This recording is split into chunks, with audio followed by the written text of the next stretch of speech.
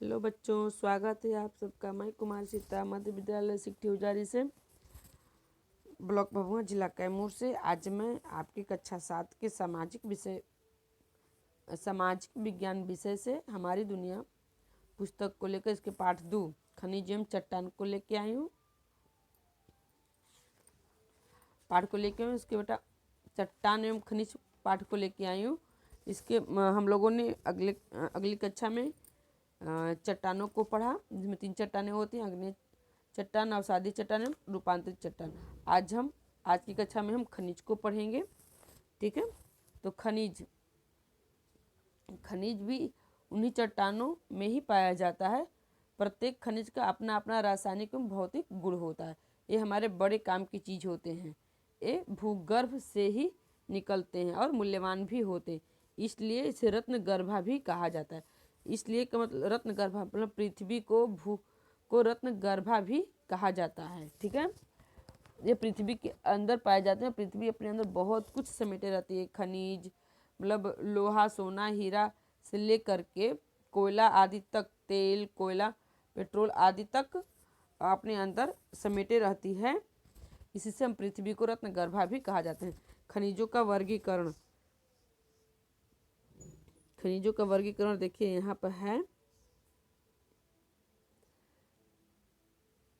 खनिजों का वर्गीकरण, खनिजों को हम 2 वर्गों में बांटते हैं। पहला है धात्विक, दूसरा है अधात्विक। धात्विक के अंतर्गत धात्विक को भी 2 भागों में हम बांट देते हैं। यहाँ पे है लौहयुक्त और दूसरा अलौहयुक्त। लौहयुक्त में आएगा लोहा, निकेल, मैग्नीशियम, कोबाल्ट, टंगस्टन इत्यादि। लौह में आएगा जो अलौह है, जिसमें लोहे की मात्रा नहीं है, अलौह जिसे हम लोग बोलते हैं, सीसा, जस्ता, सोना, चांदी, टीन, तांबा इत्यादि। और अब आते हैं अधात्विक में। अधात्विक में भी 2 भाग है, कार्बनिक और अकार्बनिक। कार्बनिक कोयला, पेट्रोलियम आदि। अकार्बनिक अभ्रक, ग्रेफाइट इत्यादि। ठीक है, इस तरह से हमारा खनिजों का वर्गीकरण कंप्लीट हुआ। इसके आते हैं प्रश्न अभ्यास पर। बेटा हम लोग प्रश्न अभ्यास पर कर लेते हैं इसे जल्दी से। पहला है सही विकल्प चुने। सही विकल्प चुने। इसमें रूपांतरित चट्टान कौन है? रूपांतरित चट्टान कौन है? संगमरमर। संगमरमर जो है हमारा रूपांतरित चट्टान है। ठीक है, दूसरा सवाल हम लोग का, बेसाल्ट किस प्रकार का चट्टान है? बेसाल्ट आग्नेय प्रकार का चट्टान है। ख ऑप्शन हम लोग का सही है। तीसरा सवाल, चट्टानों के रूपांतरण में किसका योगदान होता है? किसका होता है? दबाव का। ठीक है, अब चलिए खाली स्थान को भरिए। प्रश्न 2, खाली स्थान को भरिए। तो जो चट्टान ज्वालामुखी से निकले लावे के ठंडा होने से बनती हैं, चट्टानें कहलाती हैं। खाली स्थान है यहाँ पर, तो इसमें पहला वाला में हम भरेंगे आग्नेय शैल। पहले वाला में रहेगा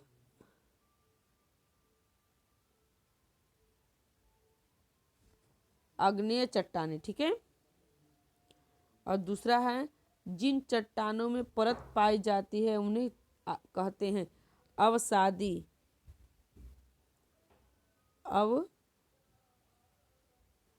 अवसादी चट्टानें।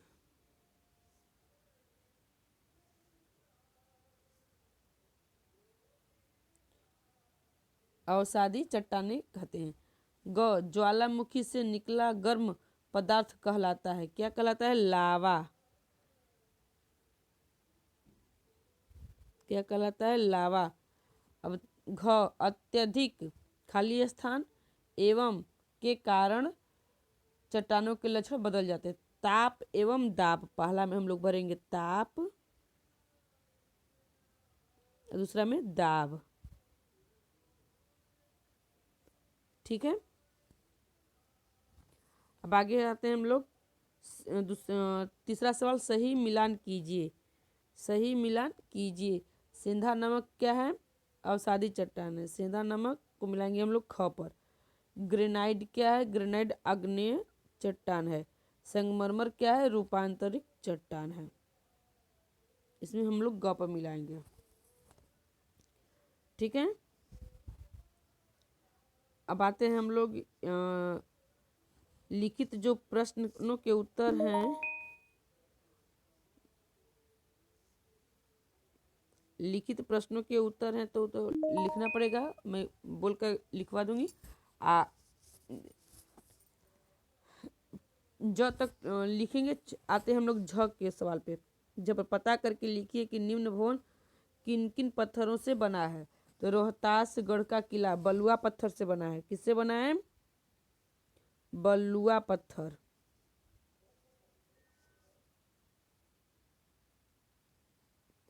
बलुआ पत्थर। दूसरा है लाल किला दिल्ली का। लाल किला दिल्ली का किस पत्थर से बना है? तो लाल बलुआ पत्थर से बना है।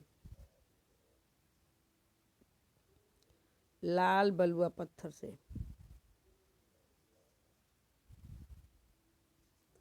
ठीक है, लाल बलुआ पत्थर से बना है। अब तीसरा हम लोग का पत्थर की मस्जिद पटना वाली। पत्थर की मस्जिद पटना बलुआ पत्थर से बनी है। बलुआ पत्थर। ठीक है। अब चौथा है हम लोग का विष्णुपद मंदिर गया। विष्णुपद मंदिर गया काला बलुआ पत्थर से बना है। किससे बना है? काला बलुआ पत्थर।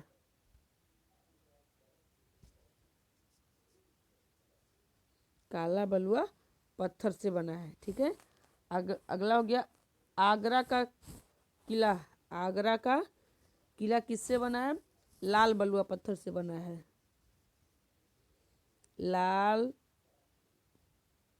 बलुआ पत्थर। ठीक है, लाल बलुआ पत्थर से बना है। हो गया।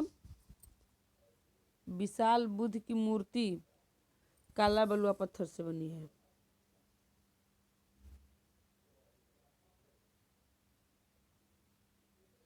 काला बलुआ पत्थर। ठीक है। तो इस तरह से यह हम लोग का प्रश्न अभ्यास समाप्त हुआ। लिखित प्रश्नों के लिए हम